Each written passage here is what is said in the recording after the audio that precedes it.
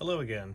I want to thank everybody for all the positive support and encouragement they've given me about the filament loader I recently listed on Colts and also on Facebook. And again, I want to say thank you.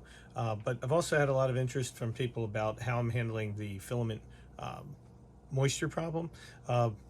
My house is not exactly the driest environment, and a lot of people are always trying to build some kind of special desiccant box or drying box or keep their filament dry, but in reality the filament spools get wet the minute you take them out. So I came up with a different solution to make that a thing of the past. It looks a little bit elaborate, but it's really not when you think about it. I'm just going to take you over and show you what I'm doing, and you can make your own assessment. But I can tell you this, I don't have any problem with moisture in my filament, problems with my prints, anything like that. This system works really well. I've been real happy with it. But let me just show you what I got going on here. So down here you can see there is, if I can get this camera to look right, that is a boot dryer that's available through Amazon. Then some 1-inch tubing, that regular PVC tubing, a few custom mounts or fittings up there just because of the way I have the piping run through my house.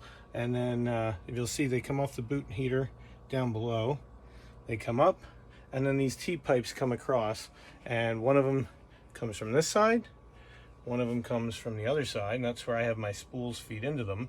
And basically what happens is when I get ready to print, I just come down here, turn on the heater. I can choose the amount of hours I want it on for, or I can just leave it on all the time. I actually have it tied into the same power that the printers are plugged into. So I turn it on and it runs as long as the print is active.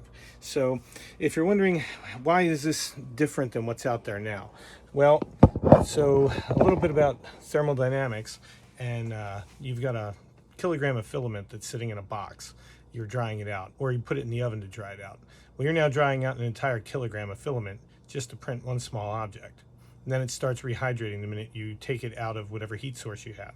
By putting it in, by allowing the filament to run through one of these heated tubes before it goes into the printer, that filament is only 1.75 millimeters in diameter, and it's in a heated tube at about 140 degrees Fahrenheit for as much as a half hour, 40 minutes in that 4-foot section that's back there before it actually goes into the printer. So I'm only drying out the part of the filament, or the mass of the filament that's going into the printer, not the entire roll.